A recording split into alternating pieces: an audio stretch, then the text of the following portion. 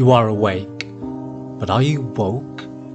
How did the term woke, that literally means the past tense of awake, become so controversial, inflammatory, and divisive? Are companies being woke if they manage themselves according to environmental or social ideals? In a capitalist free market economy, should they? Or are they just saying what they think you want to hear? How did woke capitalism come to attract such cynicism and symbolize corporate overreach? This is the story of how staying woke evolved from its roots, how wokeism attached itself to capitalism, and the pushback against it.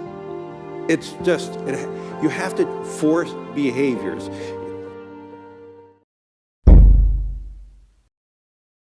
Since around the 1930s, black communities in the US had come to use the term staying woke to mean being in a state of alert to the deceptions of other people, a basic self-preservation and survival tactic for life in impoverished and marginalized communities.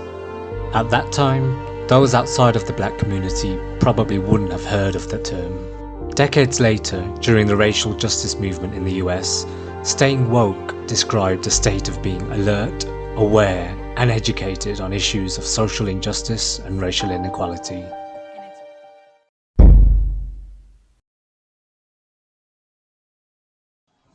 In the early 2010s, the hashtag staying woke began to spread online, beginning its evolution to signifying a progressive outlook on issues other than race. Despite this broadening, use of the term staying woke both accelerated and returned to a meaning more aligned to the black community in 2014 when the Black Lives Matters movement was sparked. Triggered by a series of deaths of black men by police authorities, staying woke became associated with one specific context for the black community: keeping watch for police brutality and unjust police tactics. In the years following the Black Lives Matters movement, the definition of the term wokeism once again continued its journey of dilution that had started early in the decade to include being aware, informed and conscious of a range of issues, including those of other marginalized communities and ethnicities, as well as the LGBTQ community.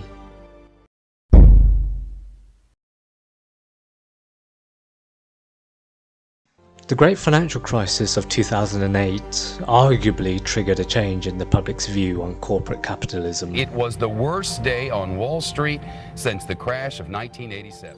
As banks such as Bear Stearns and Lehman Brothers fell, public indignation swelled at the use of taxpayer funds to bail out other banks who were on the brink of collapse.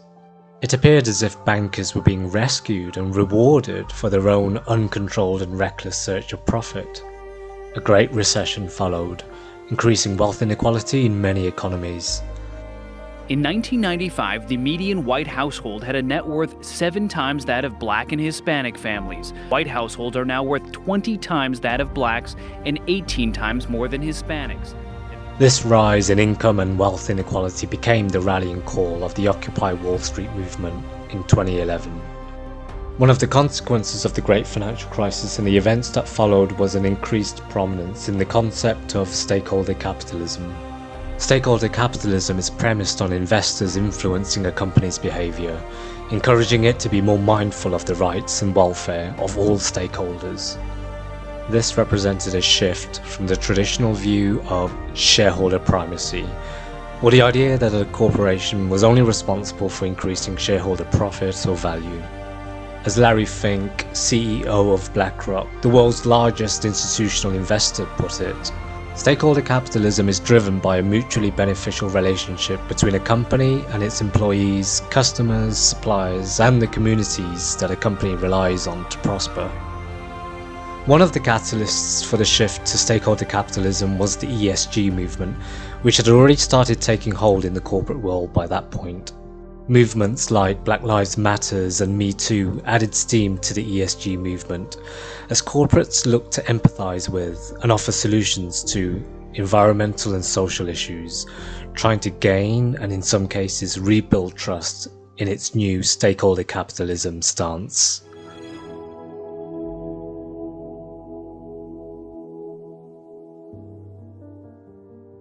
This more socially aware form of capitalism inevitably acquired the label woke capitalism, a term which has now come to symbolize the amplified political voices of corporates where once there was nothing but polite silence.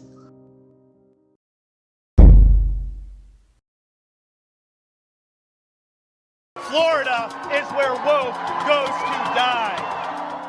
For those on the right of politics, wokeism has come to represent political correctness gone too far, manifested in the corporate world as woke capitalism, where companies overreach into political territory where they do not belong, typified by proponents of the anti-ESG movement. These people are sick. These poorly performing woke financial scams are radical left garbage that would never be funded on their own. As Vivek Ramaswamy, investor and author of Woke Inc. puts it, the social fabric of a diverse democracy depends on preserving certain spaces as apolitical sanctuaries. Our system of unbridled, profit-focused capitalism used to serve as perhaps the most important of these sanctuaries, but no longer. Wokeism and woke capitalism have effectively been weaponized by the right, symbolizing the arrogance of the political left in overreaching and pushing their own uninvited agenda on social justice, racial equality and climate change too far. It represents to them the totalitarianism of the liberals and has eroded free speech and enterprise. If you disagree, you're just racist or a fool, and you just don't know it. The additional criticism of woke capitalism is an alleged hypocrisy at play in many big corporations. It embodies a cynicism that companies will often jump on a bandwagon to support a socially conscious movement or ESG issue while doing little to affect real-world change. Effectively, that it is a corporate PR exercise.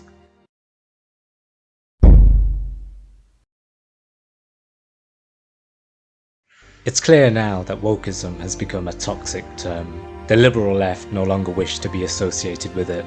This idea of purity and you're never compromised and you're always politically woke and all that stuff, you should get over that quickly. The world is messy. There are ambiguities. For the political right, it's a convenient one-size-fits-all label for all liberals. This is symptomatic of the identity and culture politics that now dominates discourse. Tofu eating, wokerati, dare I say, the anti-growth coalition. Labels such as woke disincentivize the need to understand the nuance of an opposing political view. All liberal policies that are disagreed with are simply labelled woke as a means of representing leftist arrogance.